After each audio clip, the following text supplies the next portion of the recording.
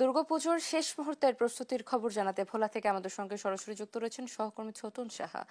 ছোটন, শুভ সকাল। নিশ্চয়ই শুনতে পাচ্ছেন আমাকে। ছোটন, পুজোর প্রস্তুতি কতটা এগিয়েছে এবং নিরাপত্তা দর্শনার্থীদের সুবিধার জন্য কি ব্যবস্থা নেওয়া হয়েছে জানাবেন। অতসী, শারদীয় দুর্গোৎসবের কিন্তু আনুষ্ঠানিকভাবে শুরু হচ্ছে 28 সেপ্টেম্বর, যেটি মহাষষ্ঠী পূজার মধ্য দিয়ে। এবং ইতিমধ্যে যে আনুষ্ঠানিকতা রয়েছে সেগুলো আমরা দেখেছি মণ্ডপগুলোতে প্রায় শেষ পর্যায়ে। অর্থাৎ জেলার যে 112টি পূজা মণ্ডপ রয়েছে, বেশিরভাগ পূজা মণ্ডপে কিন্তু দুর্গাপূজার যে প্রস্তুতি শেষ পর্যায়ে। এখন কোনো কোনো মণ্ডপে চলছে ডেকোরেশন এবং সাজসজ্জার কাজ চলছে।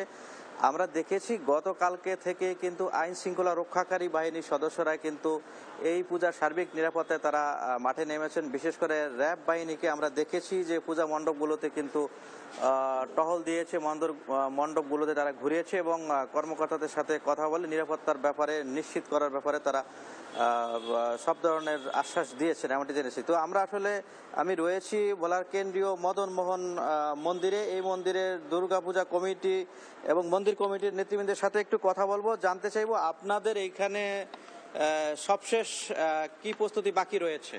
সবাইকে শারদীয় শুভেচ্ছা। আমাদের মন্দিরে প্রতিমার কাজ আমরা দেখতে পাচ্ছেন প্রায় শেষ পর্যায়ে। আমাদের শুধু লাইটিং এবং ডেকোরেশনের কাজ একটু বাকি রয়েছে। আমরা আশা রাখি 28 তারিখে আমাদের ষষ্ঠীর দিনে আমরা ভক্তদের জন্য আমাদের মন্দিরের দরজা আমরা উন্মুক্ত করে দিতে পারবো। সবাইকে আবারও শারদীয় শুভেচ্ছা। ধন্যবাদ।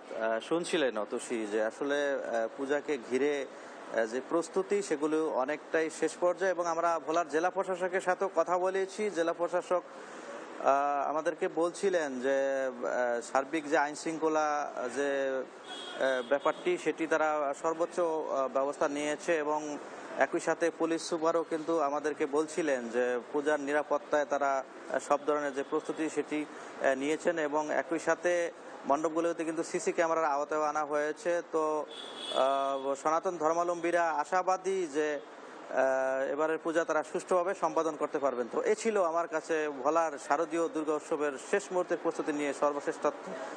অতসী। ছোটন, ধন্যবাদ আপনাকে। দর্শক, আসন্ন দুর্গাপুজোকে ঘিরে ভোলার সর্বশেষ প্রস্তুতির কথা জানাচ্ছিলেন আমাদের সহকর্মী।